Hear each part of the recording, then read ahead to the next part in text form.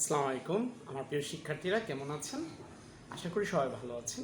আমিও আল্লাহর রহমতে অনেক ভালো আছি। আজকে আমরা যে বিষয় নিয়ে কথা বলবো মাইক্রোসফট অফিস ওয়ার্ডে, সেটা হচ্ছে ইনসার্ট মেনুর কভার পেজে। আসলে কভার পেজ কি? কভার পেজ হচ্ছে কোনো একটা বইয়ের, ধরেন সাধারণত আমরা এই যে বইটা দেখতে পাচ্ছি, এই বইটার উপরে পেজটাকে কভার বলা হয়। তো সেখানে অনেকগুলো টেমপ্লেট দিয়ে দেওয়া আছে, সে টেমপ্লেটগুলো আমাদের সাজাতে হয়।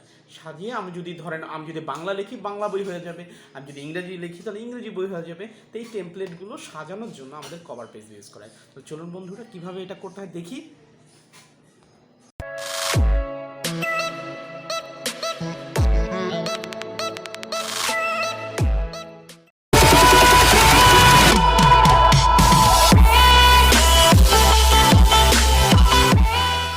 আমরা যে বিষয়টা নিয়ে কথা বলবো তা হচ্ছে ইনসার্ট মেনুর কভার পেজ।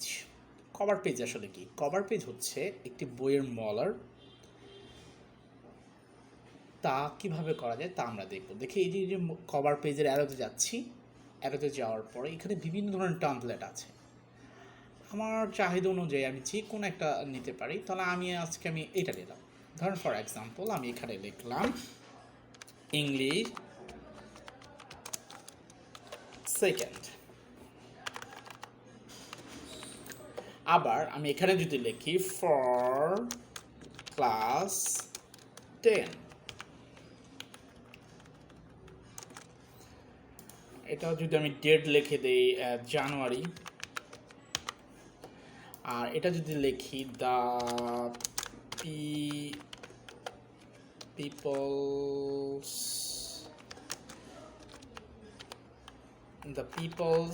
রিপাবলিক,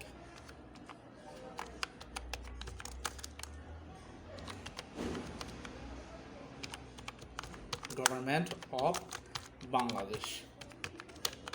এখন যদি জিজ্ঞাসা করা হয় এই বইটার নাম কি, তাহলে আপনি কি বলবেন? যে ইংরেজি সেকেন্ড পেপার বই। যদি জিজ্ঞাসা করা হয় এটা কোন ক্লাসের বই, ক্লাস 10-এর বই, কোন সালে কোন মাসে এটাকে পাবলিশ হয়েছে, জানুয়ারি মাসে, কোন দেশের বই, বাংলাদেশের বই। এখন যদি আমি ইংরেজি সেকেন্ড পেপারের জায়গায় যদি আমি এখানে ম্যাথ লিখে দিই, তাহলে কিন্তু এটা অঙ্ক বই হয়ে গেল। আবার আমি যদি এখানে অ্যাকাউন্টিং লিখতে চাই, তাহলে কিন্তু অ্যাকাউন্টিং বই হয়ে গেল। তো এইভাবে একটা কভার পেজের কভার তৈরি করা হয়। তাহলে আমরা কভার পেজ আবার অ্যারোতে গিয়ে আমরা যদি আবার রিমুভ কারেন্ট কভার পেজ দিই, তাহলে এটা স্বাভাবিক হয়ে যাবে। আপনাদেরকে অসংখ্য ধন্যবাদ মনোযোগ সহকারে আমাদের ভিডিওটা দেখার জন্য।